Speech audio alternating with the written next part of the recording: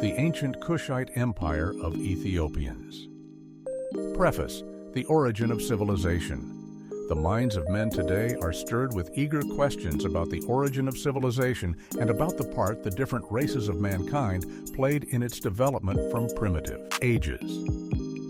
The remains that archaeologists are uncovering in Egypt, Old Babylonia, and South America reveal that there were significant factors in the first development of the arts and sciences that history has failed to make clear. Scientists are busy today studying the types of those old civilizations and comparing them with those of the present. Our modern systems do not function for the masses to give them development and happiness, as did some of the ancient cultures. Books upon the early life of man are very hard to secure. Few have been written that are authentic, because it requires technical skill to assemble and condense such matter.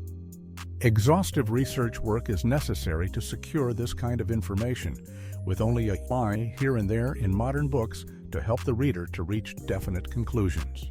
Only the trained mind holds the multitude of details and possesses the ability to impartially weigh and classify the facts that prove the influence of the races upon the civilization of today.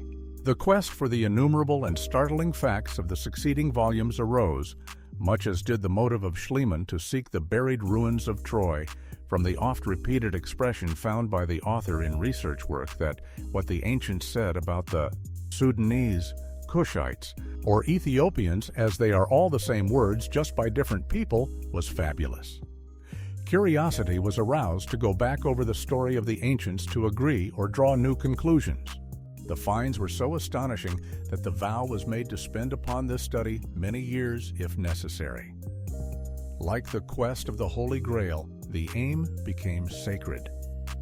For the trail led backward into the heart of all that the world holds most precious and to the primal roots from which all cultures sprang. At first, the reading of an afternoon in the average public library would hardly reveal a line to the credit of the Ethiopian. Sometimes a 10-volume set of modern books might yield only a few paragraphs, but the vow and the richness of the finds, gleaming like diamonds, led the eager searcher on. The trail was followed into the dry, dusty books of the ancients, where the path widened and truth was revealed that will answer some of the baffling problems of civilization today.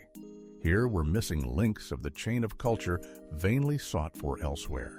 Our story will deal with the ancient Kushite Empire of Ethiopians that covered 3 continents and held unbroken sway for 3,000 years. We will visit old Ethiopia, where, as Herodotus said, the gods delighted to have a banquet with the pious inhabitants. We will study the land and the ancient race. The old race will next win our attention that Petrie found in Egypt of distinct and unique culture, who were the people of the earlier and superior civilization of the first dynasties. Down through this prehistoric vista, we see Happy Araby with her brilliant primitive culture and her unrivaled literature of later days.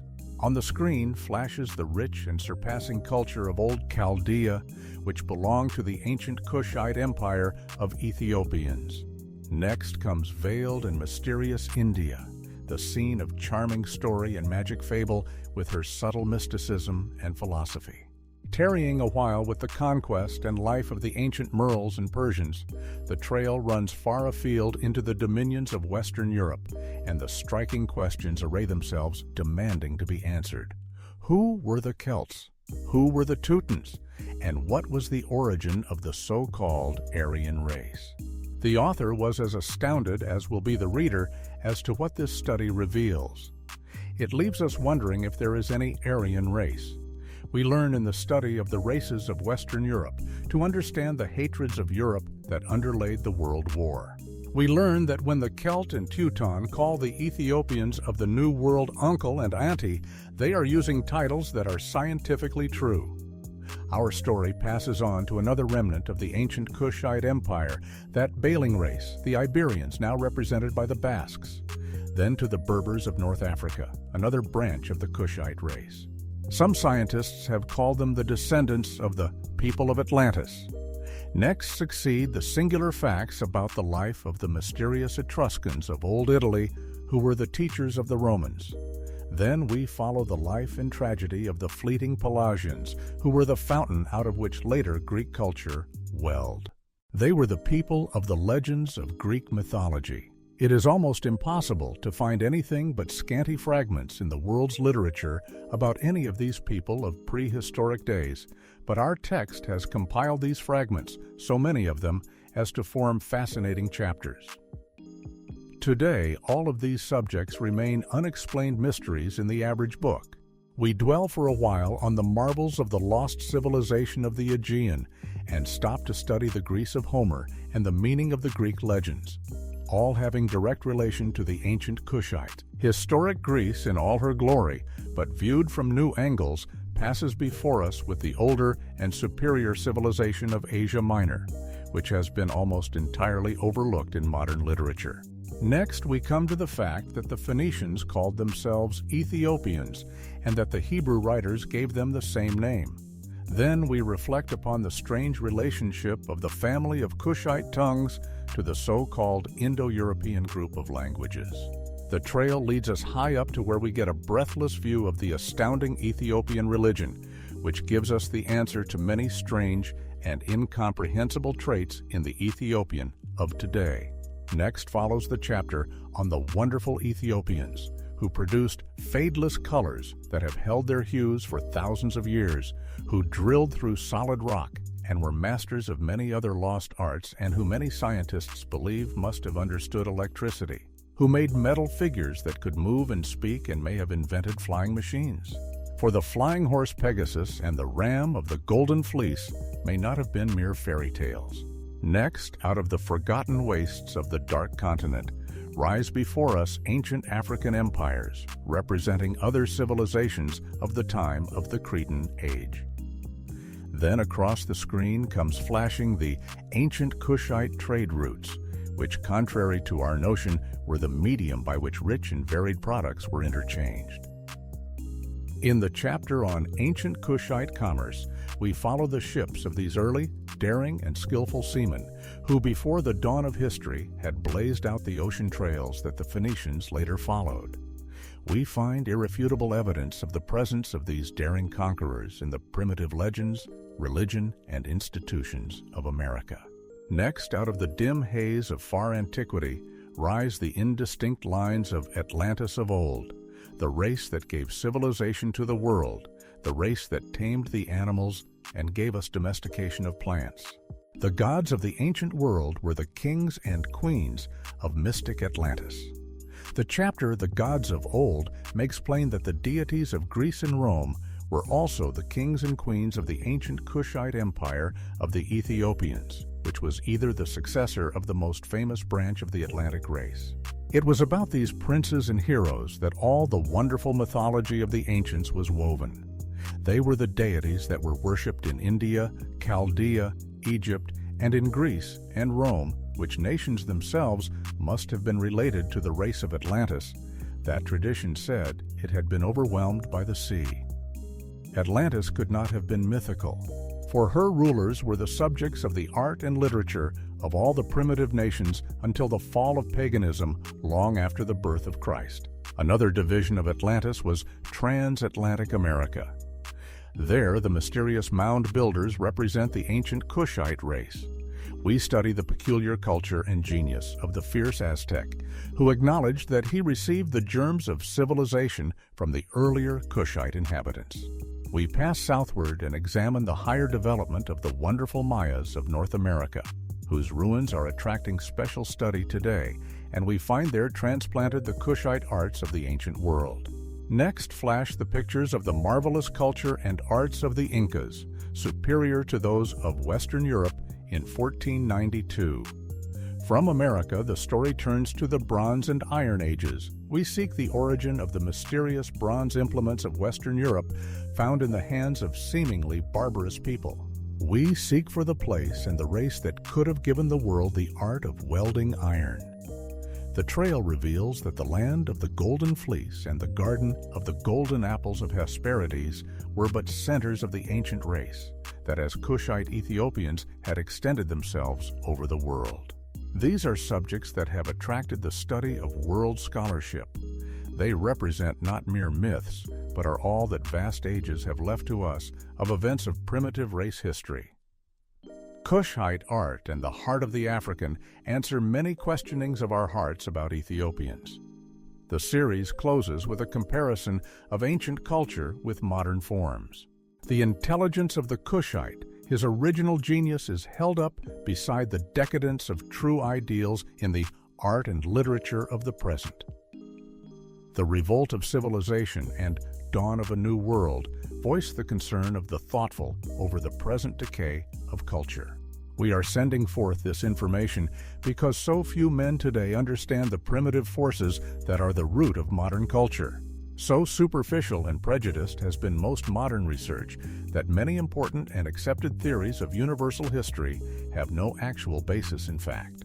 The average modern historical book contradicts what the ancients said about the nations that preceded them. We cannot solve the stupendous problems that the world faces until we can read aright the riddle of the evolution of the races. Uninformed men make unsafe leaders. That is the primal cause for so many errors of judgment in state and national councils. We look upon them not as statesmen, but as promoters of petty politics, for out of their deliberations spring no alleviation of the woes of the world. It is from this jack of understanding and leadership that the world suffers most today. We could discriminate between the true and false in our civilization if we knew more about primitive culture. The way by which the first man climbed must ever be the human way. Racial prejudices are the greatest menace to world progress. Classes clash because the wealth of the world concentrates more and more in the hands of a few.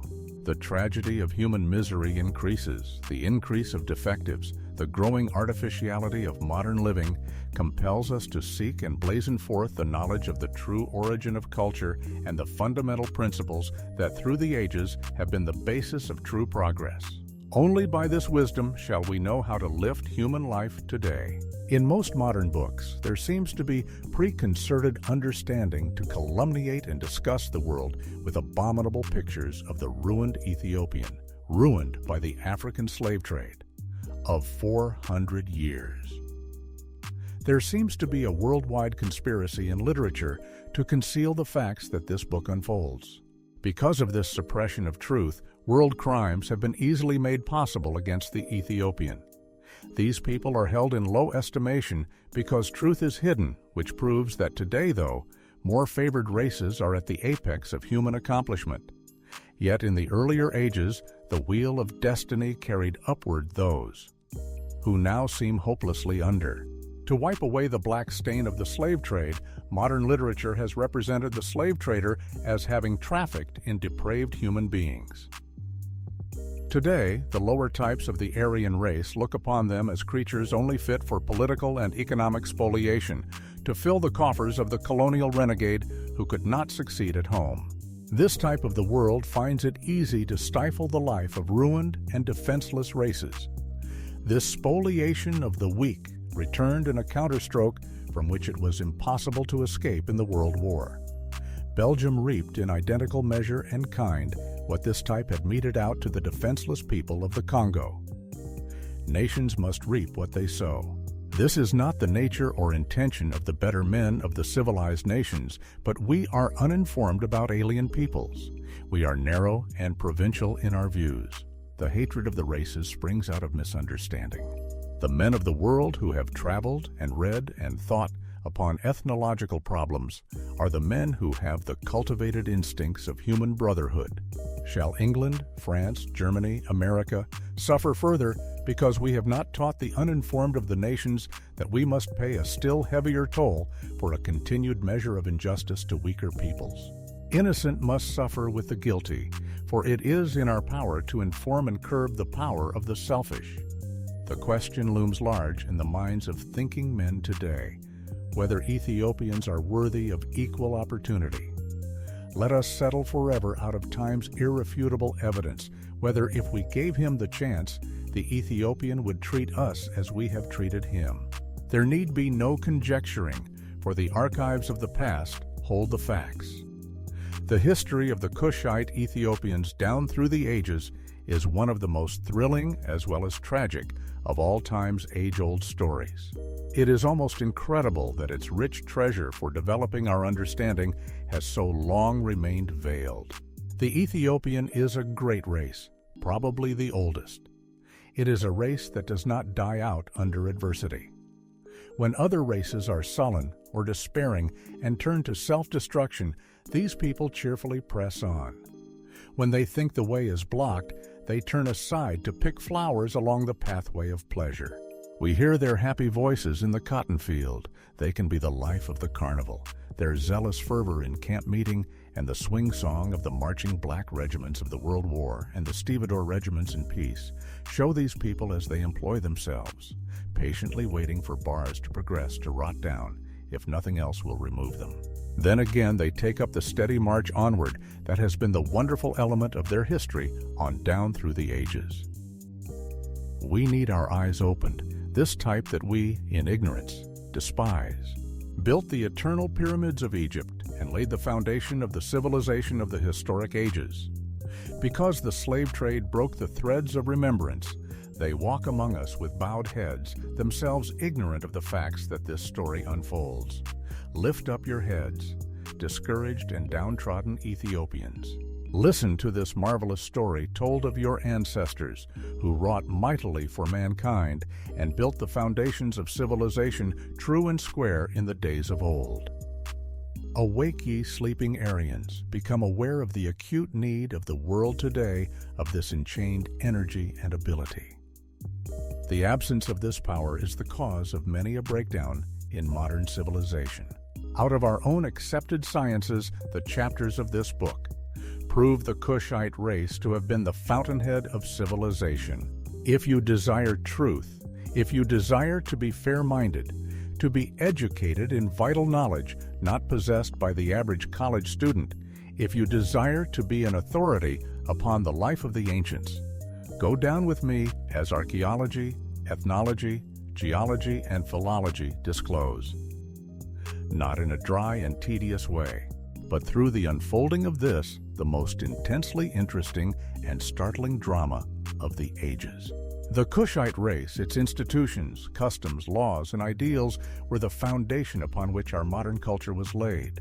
Let this not stir the pride of the modern Cushite, but rather inspire him to a greater consecration to the high idealism that made the masteries of olden days.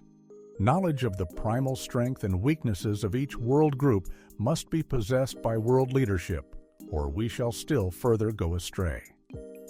Without this knowledge, international councils cannot intelligently assign each race to its rightful place in the consummation of God's plan of the ages. Without this truth, the nations cannot put over their programs. Both World War I and II proved that we have no international stability. The world's securities and diplomatic relations are propped. Because the real history of mankind is not a part of our general knowledge, we are discounting factors most needed to secure world balance. There can be no more needed contribution to civilization than to gather from the archives of the past and present-day science all the truth about the origin of culture. Only thus will we know how to develop better men today. If we knew just what contribution each race has made to art, science, and religion, we would know what would be its fitness to take part in world government and control. Had the influence of a race been creative or destructive throughout the ages, that should point plainly to the part they would be likely to play today. Because we are without this knowledge, we cannot read or write the past or present history of civilization. Modern crimes of injustice toward weaker peoples have been made easy by this suppression of truth. It has been popular and remunerative to write and speak on the side of prejudice. A better spirit is rising in the world. Men are eager for information, for the truth. Through the teaching of sociology, the most popular and crowded classes of our great universities, in a scientific way, man is beginning to see the need of a realization of our common brotherhood and to reach out to solve unmastered problems and unfulfilled duties. Many problems are an international consternation because they are too gigantic for the handling of any one world group. Civilization was appalled at its helplessness in the World War. The leading nations faced annihilation, yet were unable to walk out of the trap until the flower of European manhood had perished. The noblest offered themselves for sacrifice. The more selfish remained at home. The world may never be capable of calculating its artistic and moral loss. We see the difference in the crime and debauchery breaking down the culture of today. Unless we can rouse men to truth and united effort, there is no hope for our civilization, which is tottering and must fall. In justice to that divine leading that piloted this search of a decade over trails that otherwise might not have been found in a lifetime, in tribute to the pluck and consecration to a purpose, to add to the light of truth that has gathered such an avalanche of testimony from authoritative sources, we speak of this work which has taken all those spare moments that are our right to spend in leisure, that a frail, unflagging spirit might make possible this marvelous story, as strange as any olden fairy tale, yet by the light of our accepted sciences true. We lift the veil lightly, lest the careless skim over these pages carelessly, little reeking what they have cost. Often, when limbs and weary brain cried out in protest, the searcher pressed on, seeing fully the power in this truth if patiently, carefully gathered, to lift the men of all races to a clearer comprehension of the contribution of each race to all that we prize in civilization, and to stir within us the determination to lift and bear aloft the torch lit in primitive ages by a race today despised and misunderstood. The average book has its dozen helpers and advisors. This work has been done in hermitage, the hermitage of a life submerged in service. Humbly, reverently, this truth is offered in love to all races. 10 years more may be devoted to its final setting, but the facts embedded in these pages are too important to be longer withheld.